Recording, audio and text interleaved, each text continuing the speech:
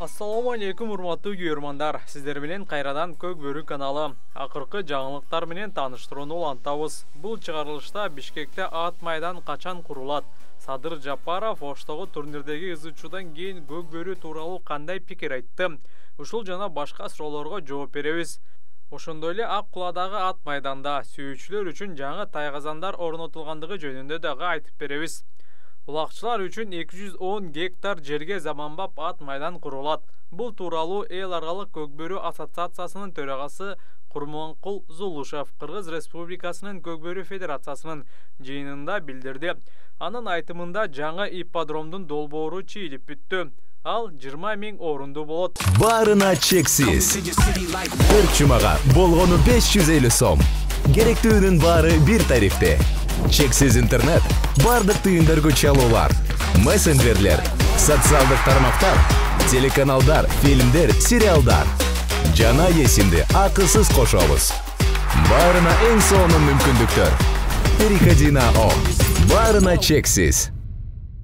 Мурунку жумада президентибиз мени чакырып тапшырма берди. Аэропорт жактан 210 гектар жер сатып алып, заманбап ат майдан куруу боюнча 1-2 жумада өкмөттүн буйругу чыгат. Жаңы жылга чейин курулуш иштери башталып калса жакшы болот эле, деди Зулушев. Жаңы ипподромдо аттарды багып, оюнга машыгып, улакчылар жана жумушчулар жашай турган шарттар түзүлөрү белгиленди. Анын айтымында президент Садыр Жапаров Оштогудай окуя кайталанса, ири Көк Бөрү мелдештерин өткөрбөй турганын эскерткен. Ошол окуядан улам Ормон хандын 230 жылдыгында Көк Бөрү уюштурулган эмес. Демек биз оңолушубуз керек. Президент Садыр Нуркожоевичтин сөзүн ачык эле айтайын. Оштогу оюндан кийин мага эгер дагы бир жолу ушундай тартипсиздик болсо, мамлекеттик деңгээлдеги оюндарга Көк Бөрүнү кошпойбуз деди. Себеби бул мамлекеттин коопсуздугуна чоң таасирин тийгизип жатат, деди Зулушев. Ошондуктан ал алтын баштуу улакчы болсо дагы эрежени бузса катуу жазалоону талап кылды. Адилеттиктен тайган калыстардагы жазасыз калбашы керектигин белгиледи. Эске салсак 31 августта Ошто Көк Бөрү турнири бүткөндөн кийин калыска нааразы болгондор тополоң салган. Көк Бөрү Федерациясынын жаңы президенти Рамис Жунусалиев Бишкектеги ат майданга жаңы тайгазандарды орнотту. Ассаламу алейкум, урматтуу кыргызстандыктар.